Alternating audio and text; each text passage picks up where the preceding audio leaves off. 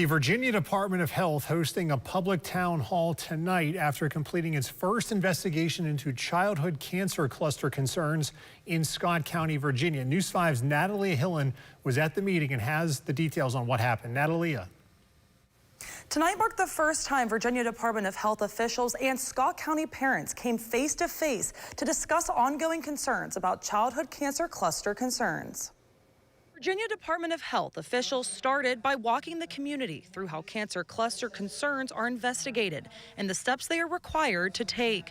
Officials presenting the findings from the recently released report covering the years 2014 through 2023, identifying 8 pediatric cancer cases in Scott County. So we wanted to be transparent about what we did in our report. I know it was a lot of months that we took to really conduct this study, but we're following our guidelines to try and ensure that we were having the most accurate information. According to CDC guidelines, officials say the cases do not meet the criteria for a cancer cluster and no environmental link was identified. The first line, according to the CDC guidelines, is to look at cancer registry data to really understand whether or not there's a significant increase in the cancer rates. Health officials explain data from 2024 and 2025 is not included in the report due to a required 2-year reporting lag.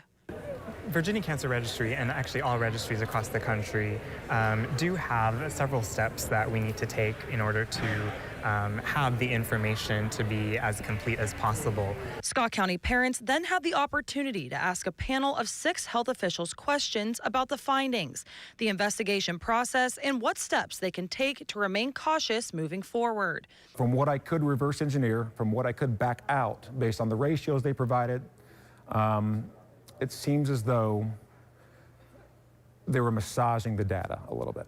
One of those parents, Seth Abels, is a professional statistician and is concerned for his children. He tells me he still has concerns about the findings in this first report. I read the full report yesterday when it was released. I think it was 17 pages, and I was sort of taken aback by how it was conducted.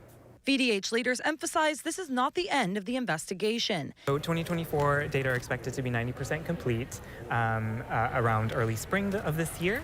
So we'll do a preliminary check of 2024 data at that time. At the end of the year, 2024 data are expected to be 95% complete. 90% of 2025 data is expected to be complete by the spring of 2027. Natalia Hillen, News 5 WCYB.